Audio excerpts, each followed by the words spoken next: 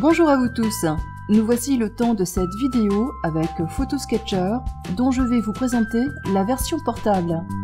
Photosketcher qui est un petit logiciel qui vous permet à partir de vos photos de créer toutes sortes d'effets, peinture et crayons.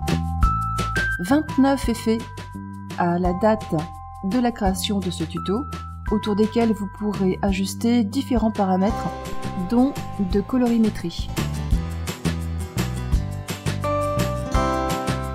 Vous vous déplacerez en haut et à droite de votre écran sur le menu Download pour accéder à l'espace des téléchargements où vous allez retrouver la version Full qui vous permet d'installer le programme sur votre disque dur ou la version portable qui nous intéresse ici tout particulièrement vu qu'elle nous permet d'utiliser ce programme depuis une clé USB que nous pourrons promener partout avec nous. J'ai installé et testé la version complète pour constater qu'il n'y a pas de différence avec la version portable, dont je peux, une fois son téléchargement terminé, déplacer le point exécutable sur ma clé USB, à partir de laquelle je peux maintenant lancer l'application. L'application se présente en deux écrans, en partie gauche l'image source, en partie droite le dessin, soit l'image source à laquelle vous aurez appliqué un ou plusieurs des effets proposés. Vous pourrez charger une nouvelle image source en cliquant sur ce bouton, ouvrir une image, qui ouvre l'explorateur de fichiers et qui vous permet de sélectionner une de vos propres photos. Deuxième possibilité,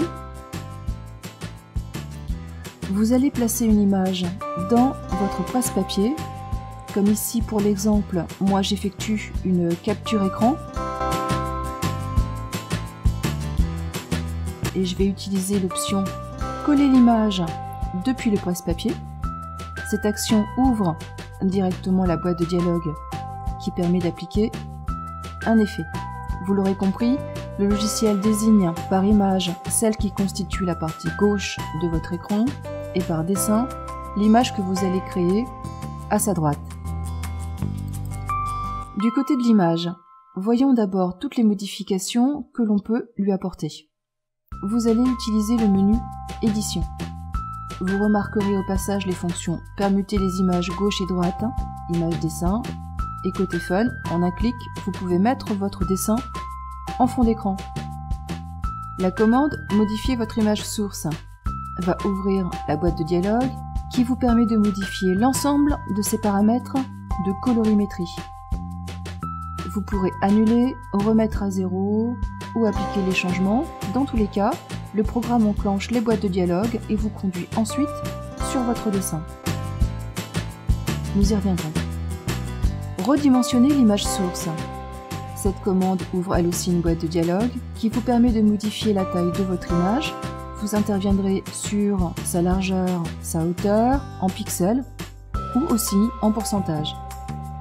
Vous saisirez les valeurs dans les zones de saisie ou vous utiliserez les curseurs. Vous prendrez garde à conserver les proportions si vous ne souhaitez pas déformer votre image.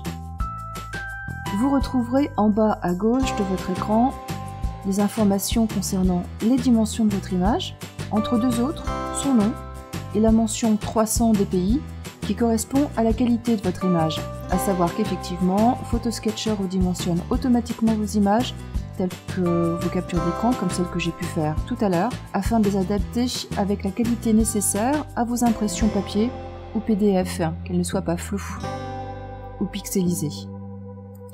Pour boucler cette première partie, il nous reste à aborder les rotations et les effets. Les rotations, à droite comme à gauche, sont des commandes qui impactent et l'image et le dessin. Il en est de même avec la fonction redimensionner l'image source, et c'est idem pour les effets, qui sont au nombre de deux. Le premier, comme son nom l'indique, applique un filtre qui augmente le contraste et la netteté.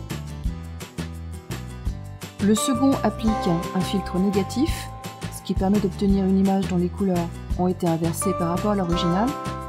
Par exemple, le rouge devient cyan, le vert devient magenta, le bleu devient jaune, les régions sombres deviennent claires, le noir devient blanc. La prochaine vidéo vous présentera la partie dessin de Photosketcher avec ses effets et ses textures aussi. À bientôt pour cette nouvelle vidéo.